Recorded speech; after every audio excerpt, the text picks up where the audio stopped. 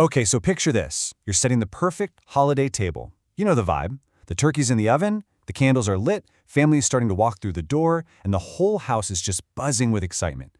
But then you pause. You look over, and amidst all that chaos and joy, there it is.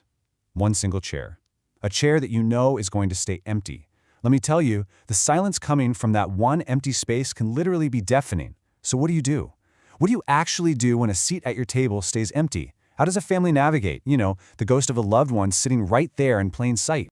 To really dig into that, let's step inside a small countryside home. It's a snowy Thanksgiving morning in Vermont, and 63-year-old Margaret Wilson is carefully arranging the plates around her dining table. Now, every plate has a purpose, and every chair has its specific place. And then, deliberately, without a second of hesitation, Margaret sets a place for her son, Daniel. It's actually been 3 years since Daniel passed away. 3 whole years that this particular chair has remained totally untouched by anyone else, yet it's still faithfully set by his mom every single time. So, welcome to The Explainer. Today we're unpacking a deeply profound story about how families process trauma, how they navigate these really tricky silent agreements of loss, and ultimately, how they can transform an empty seat from a paralyzing reminder of absence into this active, beautiful space of love and legacy. We're going to use the Wilson family as a sort of case study to explore the anatomy of grief. All right, let's dive right in. Section 1. The weight of empty spaces. The unspoken agreements of grief. Now notice the immediate tension happening right here in the present day. The second Margaret sets that empty plate down, her daughter, Emma, catches it. Emma gently points out the obvious, that Daniel isn't coming. And Margaret, she just replies, "I know," but she leaves the plate exactly where it is. This right here perfectly captures those silent agreements families make around grief. It's this heavy silence that everyone in the room just understands without needing a single word of explanation. Leaving the plate out isn't really denial, It's more like an unspoken boundary. Psychologists actually call this navigating ambiguous presence. Basically, it's the family's way of saying, hey, we are absolutely not ready to let this space close up yet. Moving to Section 2, the night everything changed. Tracing the origin of the void. If we trace this trauma backward, we find a massive fracture in the family's timeline. In the before, right? So 3 years ago, Thanksgivings were loud, they were joyful, safe, predictable. You had football blaring on the TV, the smell of pumpkin pie wafting through the house. But then came a 7:42 p.m. hospital phone call about a highway accident in a bad snowstorm, and that completely shattered their reality. So by year 1, we hit what they called the impossible Thanksgiving. Nobody wanted to be there, nobody wanted to celebrate. But Margaret pushed for it because Daniel loved the holiday. So they tried. It wasn't a happy attempt, but they tried. And that brings us right up to year 3, where all this unaddressed, bubbling grief finally reaches a boiling point. You can really define this whole era between year 1 and year 3 as the empty years.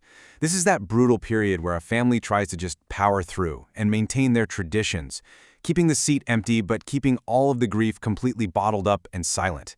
The pain just becomes this unacknowledged guest at the table.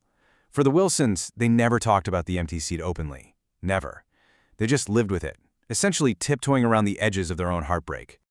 Which brings us to Section 3, Uncovering Hidden Grief, the Catalysts of Release. So, what finally breaks this cycle? Well, that same Thanksgiving afternoon, Emma is up in the attic hunting for some decorations, and instead she stumbles on an old cardboard box marked Daniel's Things.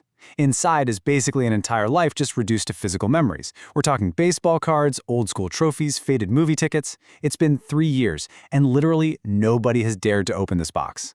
But tucked away, hidden right there among these little tokens, is a totally unexpected, sealed envelope. And written right on the front is "For Mom." And honestly, the dynamic here is a brilliant illustration of how people living under the exact same roof process trauma in radically different ways. Think about it. Margaret relies on this very public ritual. She visibly sets the empty plate at the center of the table for the whole room to see. But Robert, Daniel's dad, he grieves entirely internally. For 3 years, he's carried this crushing weight quietly.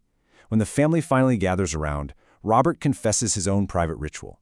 He tells them that every single month he calls Daniel's phone, just so he can hear his unanswered voicemail. He carried that completely alone. 2 radically different ways of surviving, right there in the same house. So Margaret takes the envelope, sits by the flickering fireplace, and opens it. And the very first line reads, "Mom, if you're reading this, then I probably forgot where I hid this letter. It's just incredible, isn't it? Even from beyond, Daniel's classic humor just cuts right through the tension. It instantly softens the entire room. The family actually starts laughing softly because, well, it sounds exactly like him. It's this sudden, beautiful reminder of his actual personality, not just the heavy absence he left behind. But then, the letter's tone shifts. Daniel writes, "Thank you for every Thanksgiving, every birthday, every Christmas morning, every bad day you made better." And what's absolutely staggering about this is the profound gratitude for the ordinary. You notice he isn't thanking her for funding a college degree or some grand, sweeping achievement. No, he's thanking his mom for the safety and the warmth of their everyday routine. And that simple, raw acknowledgement, it brings the entire quiet room straight to tears. And then we get to the final lines of the letter. He says, "One day, when I'm older, I hope my family feels as loved as you've always made us feel." Now, Daniel obviously never intended for this letter to be read under these devastating circumstances, but somehow, against all odds, it arrived exactly when this family needed it the most. It served as this incredible message of enduring love, acting like a bridge connecting the past they lost with the present they're just struggling to survive in.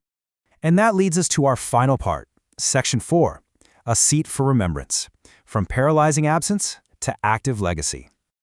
Let's break down Margaret's reaction to this massive emotional release, because it's so important. Up until this exact second, that empty plate was nothing but a symbol of raw, unresolved loss. But watch what she does next. Step 1. She slowly reaches out and removes the empty plate. The whole family freezes. Step 2. She replaces that plate with photographs. A picture of Daniel at age 6, one from his graduation, another of him cracking up at Christmas. Step 3. She lights a little candle right beside them. Do you see what's happening? She is actively taking control and transforming the physical space at that table.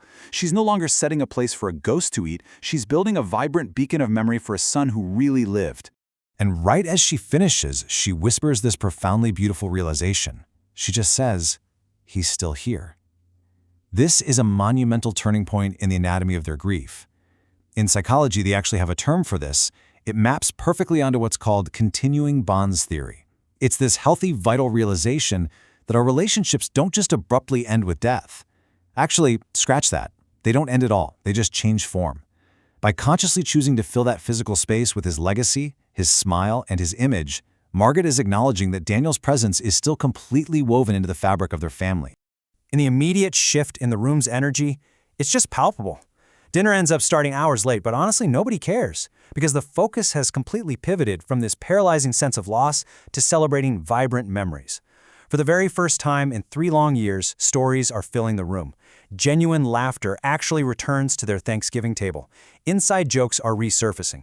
They are finally figuring out how to deeply miss someone without completely losing themselves in the process. As the night finally winds down, Robert stands up, raises his glass for a toast to Daniel, and he delivers what I think is the core lesson of our entire explainer today. He says, "Love doesn't end when people leave." It is such a beautiful, heartbreaking, and yet totally uplifting realization. Grief, as we've explored today, evolves. It's not something that just magically disappears. But eventually, if a family gives themselves permission, grief can learn how to pull up a chair and sit right beside love. The Wilson family shows us something so incredibly important. They show us that an empty chair absolutely does not have to be a monument to pain. It can actually be this vibrant, living space for remembrance. So I want to leave you with a thought as we wrap this up. How do you choose to remember the empty seats at your table? Are you leaving them stark, cold, and silent? Or are you choosing to fill them with the light, the stories, and the enduring love of the people who used to sit there? I really want you to think about that the next time you gather around a table with the people you care about. Thank you so much for joining me for this explainer, and I will see you guys next time.